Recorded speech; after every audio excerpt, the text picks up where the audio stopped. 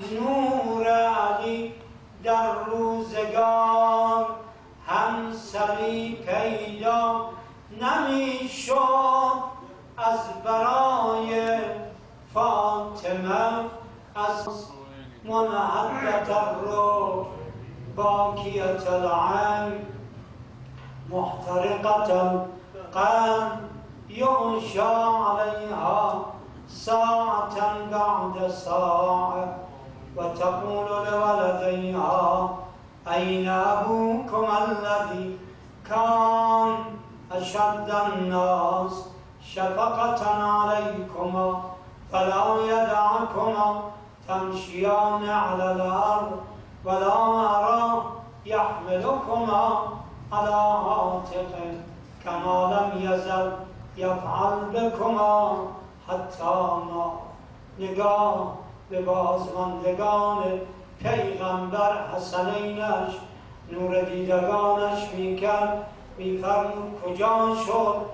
ولا را یحملکما علی عاتقه، دیگر نمیبینم آن پدر مهربان که شما را بر دوش خود سوار.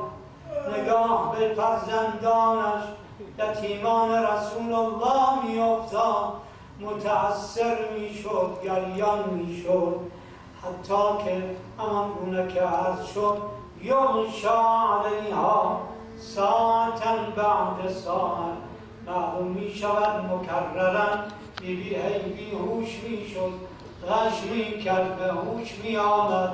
یه نوبت، یعنی چندین نوبت، یکی دو نمونهش راز. یه نوبت وقتی بود که از آقا درخواست نمود، فرمود یا امیر المؤمنین یا ابوالحسن ارنی القمیص الذی غسلت فیه ابی، همان قمیص و لباسی که بدن بابایم را در اون غسل دادی به من نشان بده. آقا امیر المؤمنین سلام الله علیه همین که قمیص و جامه رسول الله نشان بیبی داد، فلما رأته شمته، آن لباس را بویید، حتی غشی علیها، یه وقت دیدن بیبی افتاد بشید. یه بار دیگر هم از بلال درخواست نمود، میخوام صدای مؤذن اذان گویه، بابایم را یه بار دیگر بشنوم. بلال چون تصمیم گرفته بود دیگه برای بعد از پیغمبر برای کسی اذان نگوید، اما حسب درخواست بیبی دو عالم رفت بالای مأذنه شروع کرد به اذان گفتن. فلما قال الله اکبر ذکرت فاطمه ایام ابیها، همین که صدای اذان مؤذن بلال به تکبیر بلند شد، یاد روزهای پدر و حیات پدرش افتاد، تا اینکه نام پیغمبر را که بود فلما قال اشهد ان محمدا رسول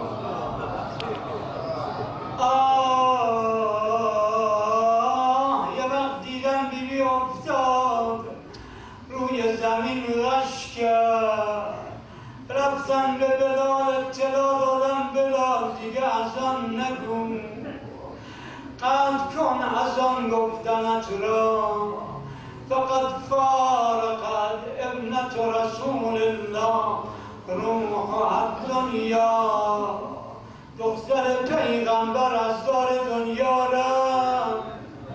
یا الله یا الله. و نوبت‌های دیگری که بیبی بیهوش میشد به هوش می‌آمد.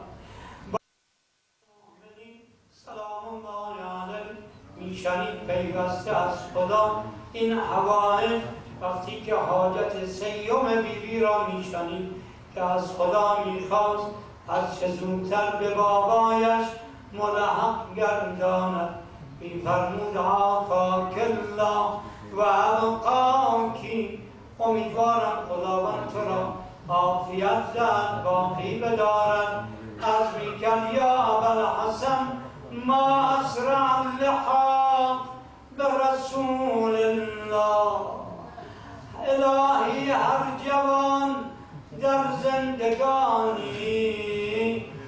حسرتی دارد، ولی من آرزوی مرگ در دار جهان دارم. شبی در خواب دیدم، شبی در خواب دیدم باب خود فرمود یا زهرا، مخور غم نور دیدم انتظارت در جنان دارم. نمیدانم مثل همین روزهایی بود که این بیبی از دست امیرالمؤمنین سلام الله علیه رفت. بله امانت را دوباره به صاحبش برگردانی. قد استرجعت الودیعه و اخذت الرهینه و اختلست الزهراء فما اقبح القبرا و القبرا یا رسول الله.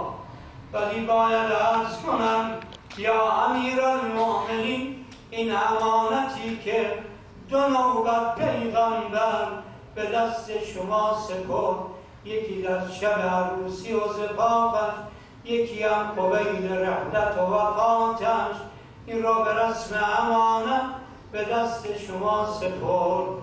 اما بدن آزرده نبود، پهلو شکسته نشده بود، کبود نشده بود، بازوی بیبی صورت سیلی نخورده بود.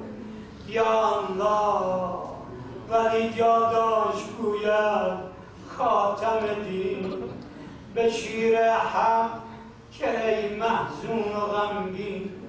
یا علی گل من پهلوی بشکسته کی داشت، گل من بازوی آزرده کی داشت،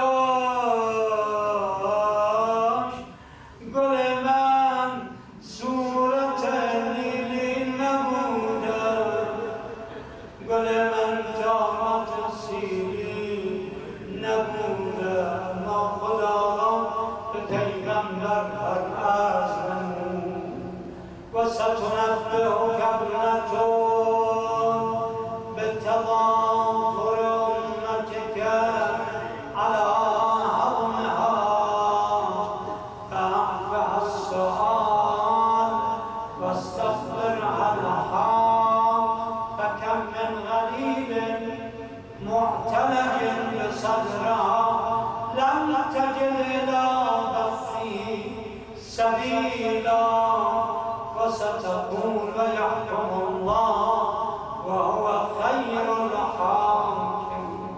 یه جمله دیگر هم عرض کنم، آواز کرد یا رسول الله ولولا غلبة المستضعفین، ولولا غلبة المستضعفین لجعلت المقام واللبث لزاما معروفا ولأعونت إعوال الثكلى على جليل الرزية فبعين لا تدفن ابنتك سرا. اگر برای اینهایی که مستولی و مسلط در کار شدن، اگر برای خاطر غرض این دشمنان نبود، یا رسول الله از کنار قبر زهرا جدا نمی شدن.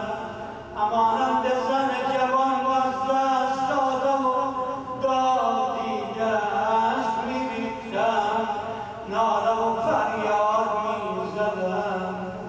یا امیرالمؤمنین اگر شما حاضر بودید کنار قبر زهرایت بمانید، دختر از زینب هم سلام الله علیها روز 11 ایامی که خواستن بیبی را با بقیه زنان و دختران و بازماندگان سید الشهدا به اسارت ببرند، جمله ای از دختر آقا امیرالمؤمنین نقش شده است که به برادرش عرض کرد لا خیرونی بین المقام عندك او الرحیل عنك لاخترت المقام عندك ولو ان السباع تأكل من لحم. حسین جان برادر، اگر خواهد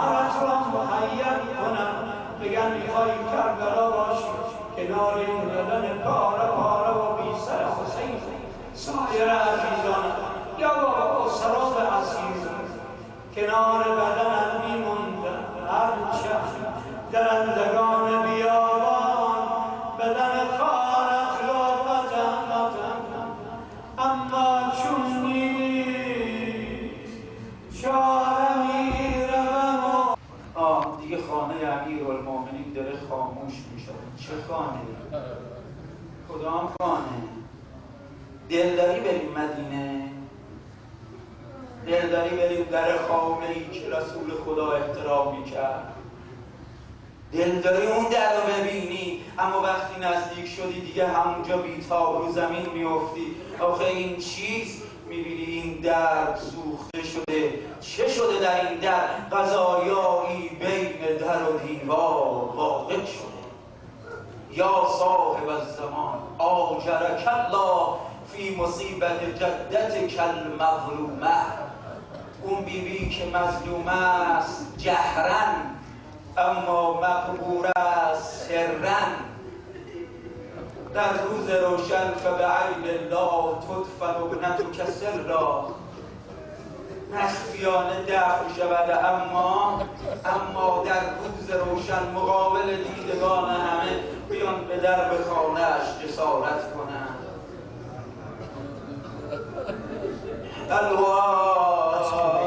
الواصبین لظلم آل محمد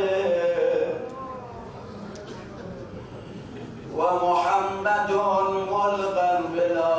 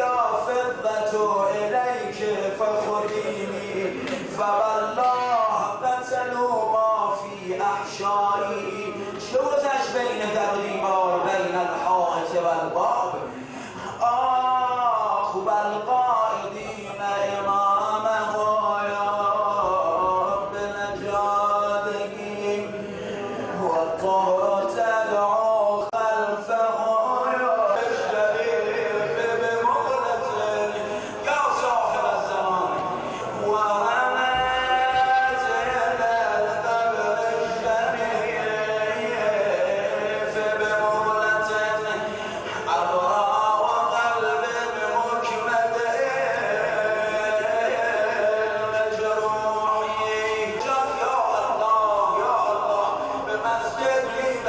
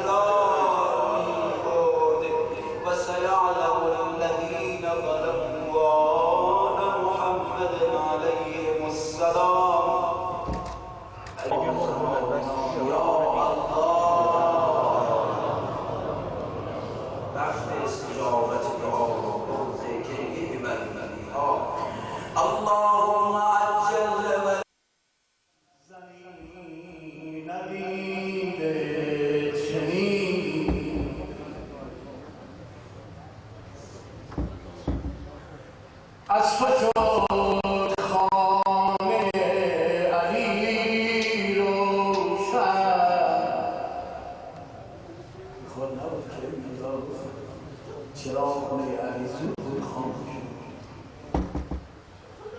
از تو شیر و شب نور باز توست عرش ولی در تو بینم یکی پیش پایم تمام برخیزم چون تویی دختر رسول امین. مصطفی از تو شنید گوی بهش، مصطفی از تو شنید گوی بهش، زد بر اون سینه بوسش. فرمود فاطمه هر وقت من حوض بهش میکنم سینم تو بوسش. به به قربونتون برم فداتون بشم. ببینم این پیر دل این مرد بزرگوار بیگونه داره گریه میکنه، نبودی زیر بغل علی رو بگیری.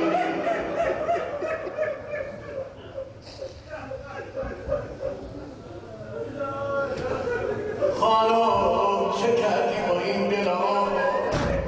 گردی من که نمیتونم اسم تو بشنوم. به حمدالله مراجع ما چه کردن که فاطمیه ای درست کردن. فردا همه پای بره نمیرن، ولی هرچی نگاه میکنن تابوت رو نمیبینن. تابوت شبانه برداشته میشه. ای اولین مظلوم عالم،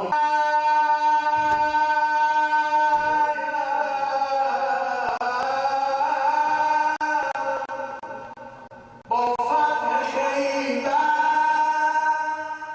قلب من حق را دریدن.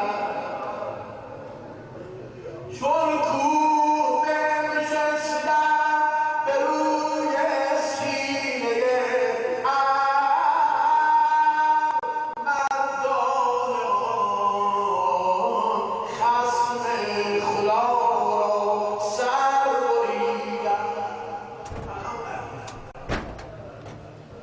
در جنگ خود در یک روز در جنگ خود خوردم 90 سر. یک روز در جنگ خوردم 90 سر. دریای لشکر را به خاک و خون کشیدم. یک بار یک روز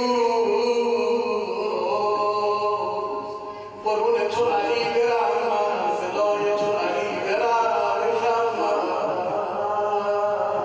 یک روز در جنگ خوردم 90 سر. دریای لشکر را به خاک و خون کشیدم. یک لحظه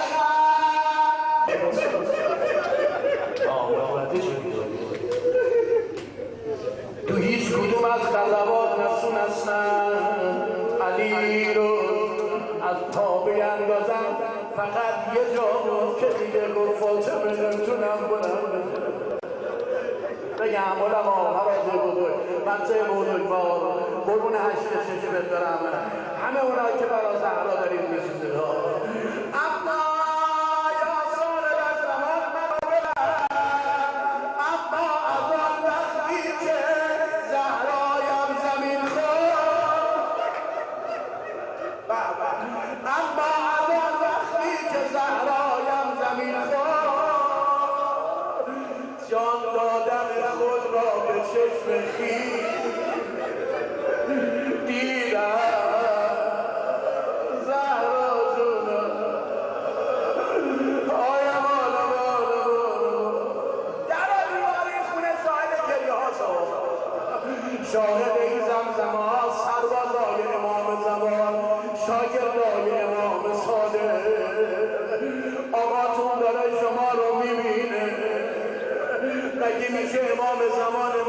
مجلس ما نگاه نکنه. آن شب زمین خوردم که دور از چشم مردم دنبال تابوت عزیزم می‌دویدم. زهرای من، من علیم. ای گل سر در گلم پر مجنون. حسین جای علی اخلاق.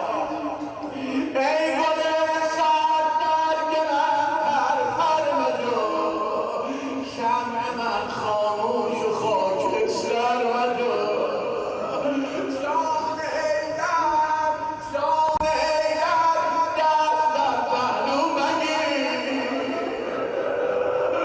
مگه داری از سنگ باشه ها. جان حیدر، دست در پهلو مگیر. من که مردم پیش رویم رو نگیر. زهرا دیگه نگاه تو صورت امیرالمومنین جدی علی داره اشک میریزه. یه وقت دیدم سیدا مادرتون آروم آروم دستشو بلند داره میکنه، میخواد چه کنه؟ دیدم دستشو رو صورت علی، این اشکای علی رو داره پاک میکنه. ای به پهلوش میماره. فاطمه جای علی رو میکشی با این حرکات. صدا زد علی جان از بابا پیغمبر شنیدم عشق مظلوم شفاعت است. قربونتون برم من، فداتون.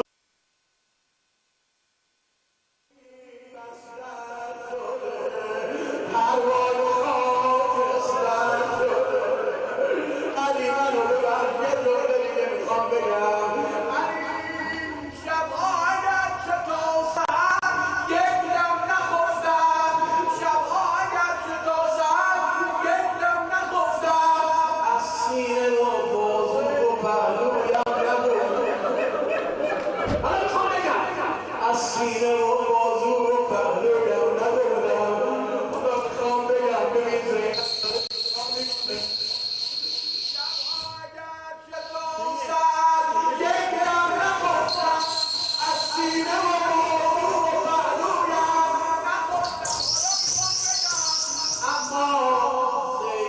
بگو بیرون رود تا راز ما را نشنود. تا بگو بیرون رود. دختری جا ساله بلند جا صدا زد مادر نمیخواد از من پنهان کنی. تو خیال میکنی من نمیتونم بگم مادر. شبی در خواب بودی آمدم بازوی تو دیدم. ای سربازای حافظه ها، قربون این سایه بای امام صادق. شبی در خواب بودی آمدم بازوی تو دیدم. مبادا که بیدارت کنم آهسته رسیدم. ای زهرا جانم. من فهم خیلی بردم ها. اما علی حوصله‌ام شده از زیر بیدارم جوانه. چشمم نیفتد تا به دای تازیانه. این شب فردا شب نمیدونم از مانگ من آب بریختم. علی آروم آروم داره بدن رو بوس میگیره. این گوی سبز که رفتی اندس از بوس دادم کشید سرشو گذاشت جلو دیوار یه ناله زد. لا اله الا الله. صاحب لحظه میگه یه ناله علی زد. من صدای علی رو شنیدم. آقا شما به بچه ها بگید آروم گریه کنید. خودتون بلند گریه میکنید و گل اسما دیگه دست از دل علی بردار. تو میبینی دنبال این یک خوده از زهرا اونقدره عاشق خواستن فربه حرکت میکنه بره کنار قبر خانم فاطمه معصومه. ببینن اونهایی که نمیتونن ببینن این دروازه عزیز شما شما لای ما صادق و سرمندای مرحوم حتما فرمایشی نداره، ولی ترکیب جنازه فاطمه شروع نبود. ترکیب جنازه فاطمه خیلی کم بودن.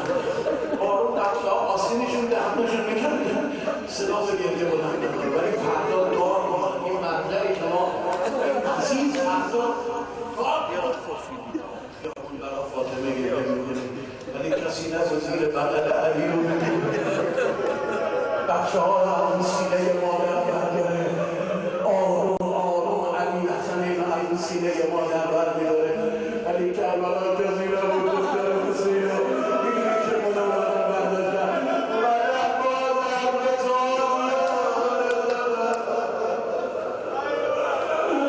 هر که دلش کربلای بگه یا